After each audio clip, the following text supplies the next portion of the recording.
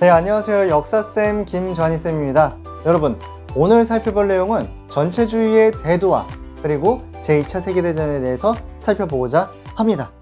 자, 오늘 살펴볼 내용 같은 경우는 다음 시간에 살펴볼 민족 말살통치랑 연관이 되기 때문에 꼭 기억을 하셔야 돼요. 우선 첫 번째로 이제 전체주의에 대해서 살펴보도록 할게요. 자, 첫 번째로 전체주의, 전체주의의 대두. 여러분, 전체주의가 뭡니까? 개인주의랑 좀 반대라고 생각을 하면 돼. 근데 이때 당시의 뉘앙스는 전체를 위해서 소수가 약간 희생하는 그런 모습들을 여러분들이 기억을 하시면 됩니다. 그랬을 때 전 항상 여러분들한테 역사 공부할 때 원인, 결과 요거 되게 중요하게 말씀드리죠. 인과관계. 자, 원인. 왜 이게 이제 일어나게 되었는가? 원인. 자, 원인은 바로 이제 경제 대공황이에요. 경제 대공황. 공황. 우리 이제 공황 상태에 빠지다 이렇게 얘기를 하잖아요. 그쵸? 어떻게 해야 되지? 막 이런 거. 그랬을 때 경제적으로 공황 상태에 빠진 거야. 언제? 1929년. 자, 이러한 상황에 빠지게 된 이유가 뭐냐면은 전쟁 때, 그러니까 1차 세계대전 때 엄청나게 이제 각 국가들이 생산력을 끌어올렸어. 테크가 장난이 아니야. 막 하나 뽑았는데 막 4개 튀어나오고 막 그래. 그럴 정도로 생산력이 높아졌단 말이야. 그건 무슨 말을 의미를 해요? 공급이 증가하게 됐다고. 공급이 증가하게 됐는데 여기에 맞춰가지고 전쟁 시에는 이게 가능했어. 수요가 많이 필요하니까 전쟁할 때 막 많이 뽑아서 많이 보내야 되잖아. 근데 전쟁이 끝났어요. 1차 세계대전이 끝났어요. 그러니까 이 공급을 수요가 따라잡지를 못하는 거예요. 자, 이러한 상황에서 뭐가 문제가 생기느냐? 수요가 따라잡지 못해. 그러니까 공장들은 물건을 생산할 필요가 있어요, 없어요? 없죠. 그러니까 어떻게? 직원들을 해고시켜야지. 이 해고가 뭐야? 실업이 된다라는 거예요. 실업자가 생겨난다는 거예요. 자, 그러면은 이 실업자들은 우와, 퇴직금 받았다. 오늘 술 먹으러 가자. 뭐 하자. 이럴 수가 있어요? 아니지. 배를 그냥 더 동요맨 다음에 더 돈을 안 쓰겠죠.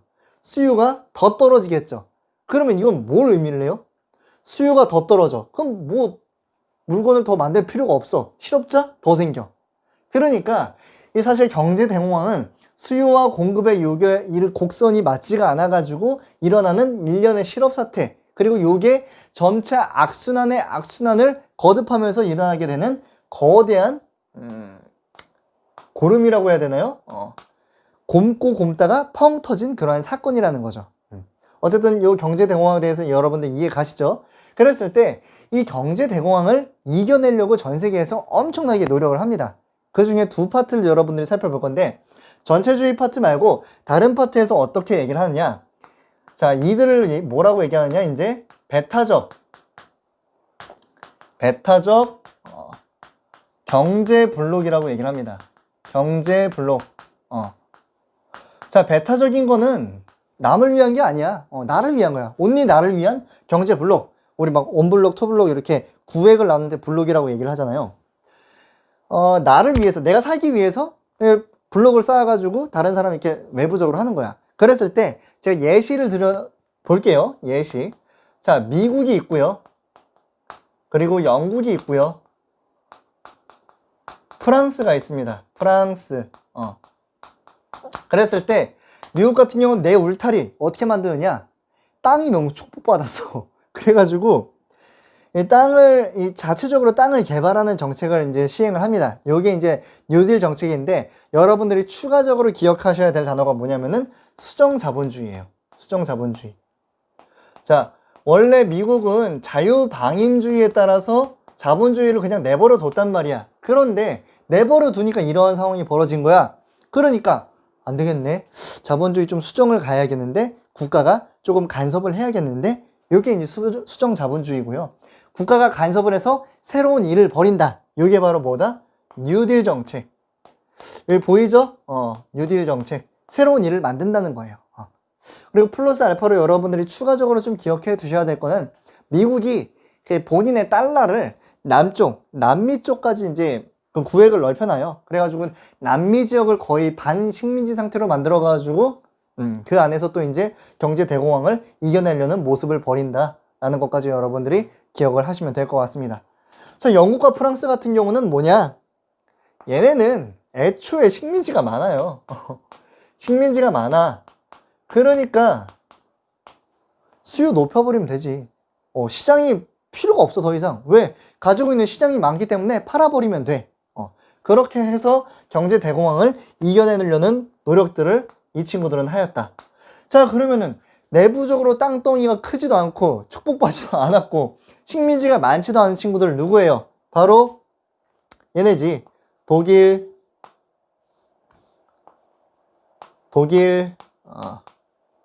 그리고 이탈리아,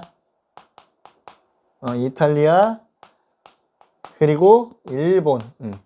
독일 같은 경우는 전쟁에서 졌기 때문에 식민지 다 뺏겨버렸고요. 이탈리아, 일본 같은 경우는 승전국이었는데 제1차 세계대전 승전국이었는데 대우가 별로 안 좋았어요. 그러다 보니까 또 일본 같은 경우는 뭐 대우가 좋았다고 하더라도 경제 대공황 극복하기 위해서 자, 이러한 상황 속에서 이제 이 국가들이 경제 대공황이란 위기에 맞닥뜨리니까 어떻게 됩니까? 위기, 내부적으로 위기에 빠지게 돼요. 그러면서 이 위기를 극복하기 위해서 여러분들 임진왜란 생각하면 돼. 임진왜란. 왜 임진왜란 얘기하냐면은 여기서 누가 힘을 잡게 되냐면은 바로 전체주의가 힘을 잡게 됩니다. 야, 지금 국가 위기 상태야. 내 말 들어. 전체를 위해서 개인 의견 잠깐 조용히 해. 나치고요. 히틀러의 나치고요. 무솔리니의 파시즘이고요. 그리고 일본은 군사정권, 군부. 그랬을 때 이 전체주의가 굉장히 과격합니다. 그러면서 국가의 대부분의 이 시설들을 군수산업에 투자를 해요. 그러면서 전쟁 준비를 한다는 거지. 왜 제가 아까 임진왜란을 말씀드렸냐면은 야, 너희들 지금 이렇게 위기 상황인 거 왜? 왜 너희가 못 살고 힘든 줄 알아? 다 외부의 적이 있기 때문이야. 혹은 내부의 적이 있기 때문이야. 라고 얘기하는 거예요. 임진왜란도 내부의 불만을 바깥으로 표출한 거잖아. 여기도 이 전체주의 이 정부가 얘네가 내부적으로 국민들의 불만을 외부 다른 사람들 타인에게 이렇게 전가를 한다는 거예요. 그게 이제 이 세력과 이 세력이 충돌을 하게 되니 이 충돌을 뭐라고 얘기를 하냐? 바로 우리는 2차 세계 대전이라 한다. 요거까지 여러분들이 살피시면 될 것 같습니다. 그래서 전체주의의 대두는 결국에 2차 세계대전의 원인이 되었다라는 것까지 마무리 짓도록 할게요. 자, 2차 세계대전에 대해서 살펴보도록 하겠습니다. 2차 세계대전 같은 경우는 아까 원인 말씀드렸죠? 전체주의의 이 세력과 그리고 다른 그 이제 전체주의에 반하는 그러한 세계가 충돌을 하게 되었다고요. 그랬을 때 한국사를 기점으로 봤을 때 2차 세계대전은 동아시아를 위주로 한번 살펴보도록 하겠습니다. 일본 같은 경우 이 대공황을 이겨낼 능력이 없었어요. 한반도, 대만 요 정도 가지고 이제 이 경제 대공황을 극복하기에는 시장이 너무 작았거든. 그러니까 어디로 갑니까? 자, 우선 첫 번째로 만주로 가는 거지. 1번. 자, 그래서 이제 1번 만주사변. 만주사변 1931년입니다. 자, 그런데 만주사변을 일으키고 만주국이라는 괴뢰국을 만듦에도 불구하고 일본 입장에서 만족이 안 돼. 그래서 어딜 치게 되느냐? 당시 중국이 굉장히 혼란스러운 상황이었거든요. 국민당, 공산당 싸우고 있었어. 그러니까 어떻게? 밥숟가락 얹으면 되는 거야. 그래서 어떻게? 중일전쟁을 일으키게 된다. 중일전쟁. 이건 몇 년이냐면은 1937년입니다. 물론 여기 여러분들 꼭 기억하셔야 될 사건 바로 난징 학살 기억하셔야죠. 난징 학살. 자, 이러한 상황 속에서 전 세계적으로 일본이 이제 비판을 받게 돼요. 그리고 이 비판 속에서 특히 누가 이제 가장 강렬하게 이제 비판을 하냐면은 미국이 비판을 하게 됩니다. 그러면서 야, 너 지금 중국에서 나와. 이 만주에서도 나와. 일본 너 지금 너무 선 넘었어. 이렇게 얘기를 합니다. 물론 그 전에 만주사변 때에도 이미 영국이랑 미국이랑 일본이랑 사이가 틀어졌어. 그런데 미국이 이제 이걸 말을 듣겠냐고. 전쟁을 하면 일본이 이기는 거야. 일본이 이기는 거야. 특히나 당시 이제 일본의 영역이 만주에서 요쪽 이제 북경 넘어가고요. 서쪽에 요 이제 해안가 지방, 얘네한테 이제 동쪽이 되겠죠. 요 주요 해안가 지방을 막 다 점령을 하고 있었단 말이야. 일본이 그렇게 피해를 받으면서도 승리를 했던 그런 중일 전쟁이 거의 이제 끝나간단 말이야. 포기를 하겠냐고. 안 한다는 거죠. 그러니까 이러한 상황 속에서 미국이 특단의 조치를 취하니 바로 석유를 끊어버립니다. 끊어버리니까 어떻게? 일본 입장에서 큰일 났다 생각하는 거예요. 그러면서 어디를? 당시 영국과 프랑스가 점령하고 있었던 동남아시아 지역, 일본이 공격해 들어가고요. 그리고 미국이 쳐들어올 수 있는 태평양 요 길목 어디냐? 바로 진주만입니다. 보이나요? 진주만을 습격해가지고 태평양 전쟁을 일으키게 된다. 요게 이제 3번 이렇게 해서 태평양 전쟁까지 여러분들이 기억하셔라.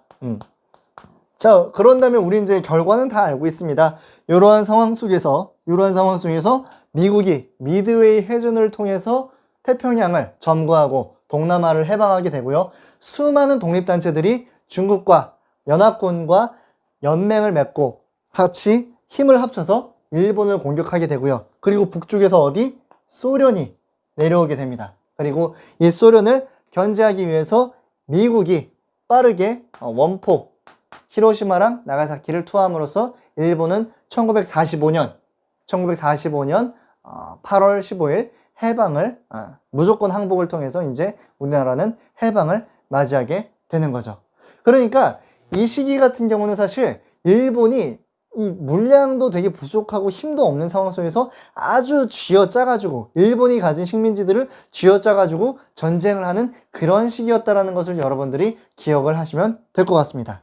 자, 이상으로 오늘 전체주의의 대두와 그리고 제2차 세계대전에 대해서 살펴봤습니다. 자, 다음 시간에 뵙도록 할게요.